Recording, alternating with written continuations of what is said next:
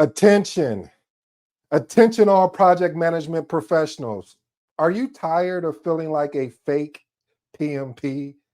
Do you struggle to apply your certification knowledge in real life project management situations? Well, if you're nodding like I am, then you found the right place, you found the right episode, because in today's episode, this is a must watch, because today we're going to unpack real life strategies to avoid being a paper PMP. We're exposing the harsh truth, unfortunately and fortunately, of what it really takes to be a rock star in project management. If you mind if I share a story with you, family. I made an episode back in November. I think it was November 6th, 2023, around the whole aspect of how the PMP, there's people out there, including myself, that once someone got their PMP, they didn't do anything more with the information. They just got their PMP and then they go on an interview, and the interviewer is asking them all sorts of questions, and then the next thing you know, they don't get the job and they're shocked and surprised. Well, it's because you didn't use real life or real world things. A lot of times people that get their PMP, they're so excited about the studying process that they went through, the pain, the struggle. Trust me, I've been there. And then to only know that you got your PMP and you can't even get a job opportunity. And then you're tested a lot too when you get your PMP. I used to think like, oh, I get my PMP, and now everybody's asking me PMP type questions like, so what's the difference between qualitative and quantitative risk? And you don't recall some of that information at times. So today, my goal, my thought process, and if you're new to this episode, is really to unpack today's episode title, which is entitled How to Avoid Being a Paper Project Management Professional. Again, how to avoid being a paper project management professional, or what we call PMP. Now, let me park here parenthetically, family, and let you know that a paper PMP is somebody that gets their project management certification, again, and they're not able to articulate that what they've learned through the PMP into real life. So we're going to give you some good things that you can use starting today. I'll give you tomorrow, I'll give you tonight to think it over, but I hope the next day that you'll do something with it. Point number one. Oh, I'm being rude. I forgot to introduce myself. Hey, I go by the name of ED. For all you smart and intelligent folks, I'll just keep it simple and frank. That just simply means Ed. I'm going to take you through an 8-point framework that I really recommend that you use. First point: launch a project management YouTube channel. Can't you tell that I eat what I talk about?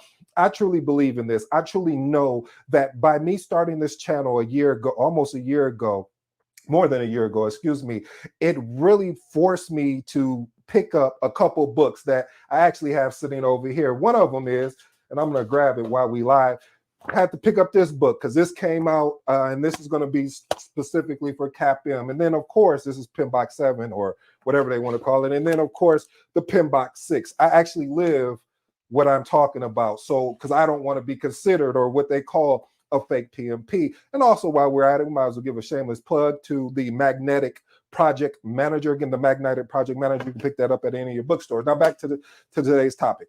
So launch a project management YouTube channel. The reason why I launched my YouTube channel around project management, because this is something I've been doing for more than a decade, and it only made sense to really talk about this. And now it gives me opportunity to really dig into the PMBOK 6 and PMBOK 7, or whatever they're calling this guy. But it really gives me a chance, and it forces me to learn new things as I'm coaching and teaching and training people now. I'm closer to the information than I ever was. So here's an actionable step. Develop content strategies that address the needs and interests of your target audience, and invest in high quality video. Listen, family, I'm gonna be honest with you. I didn't want to get on video. It wasn't that I was scared or afraid. It was just like, I don't want to do that. They say the number one fear is public speaking. Never had no problem with that. As you can tell, that I will speak and talk, but I was just like, I don't know if everybody, I'll just do a podcast. So I was taking the easy way out. So what I recommend, family, actionable step: go and create content around project management, especially if you after you received your PMP, because what it's going to do is going to force you to go back through some of that study material that you had to study in order to get your PMP. Point number two, launch a project management mentorship program. Listen, develop it when you develop a mentorship program.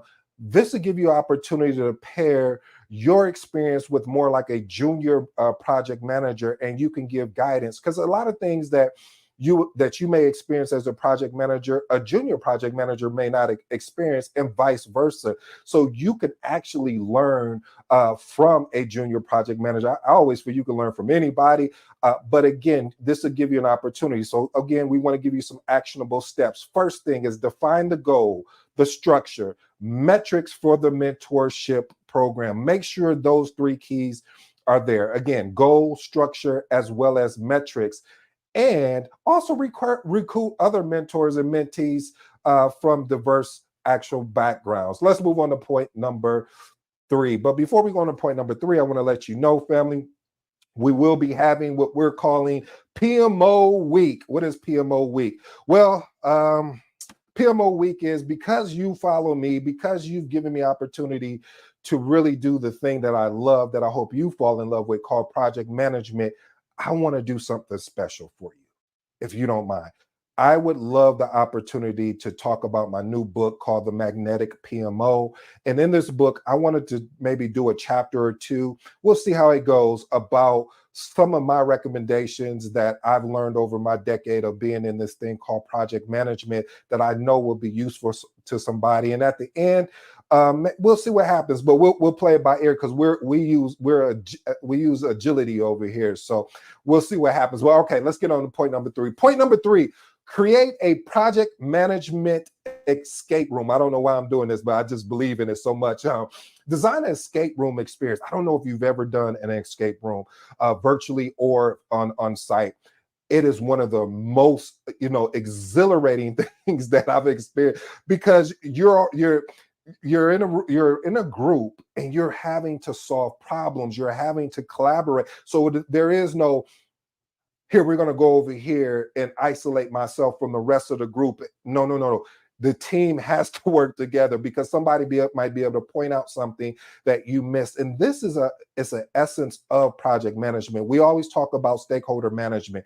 I'm relating it back to the PMBOK. Stakeholder management. When we talk about stakeholder management, it's so important to have good stakeholder management. So I recommend, as an actionable step, develop a storyline, puzzles, clues, anything of that nature, and blend in some of the project management concepts and best practices, and collaborate potentially with an escape room designer to create an immersive and engaging experience. Now, again, this is going to cost you something, but it still may be worth it for you as you're developing yourself as not being a paper PMP. Point number four, develop a project management podcast. What is that, ED? We know what a podcast is, but let's talk about the project management aspect. I believe in creating a podcast that really truly introduce the project management concept, but making it fun and engaging. As you can see here, I'm always smiling. I'm always excited. You're like, what is this guy thinking? Life. I'm just thankful and grateful that I get to do something that I love, that I enjoy doing on a daily basis. There's two things, project management and personal development are the ones that arrested my attention and kept me moving forward and going forward. So developing a content plan around some of the project management terms that you don't really fully have a grasp on. What this does for you is, as you're doing your homework, your research, you're able to articulate it out. One of the things that has helped me a lot along this journey, family, is having the ability to teach.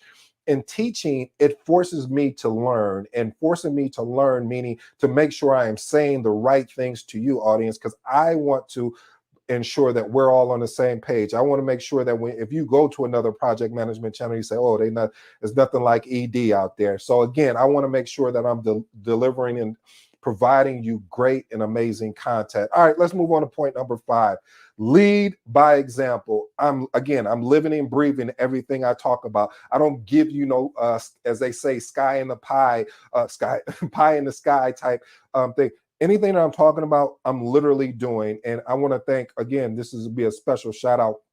I'm gonna give him another one to Phil, because he's the one that helped guided me on this path. So point number 5, lead by example.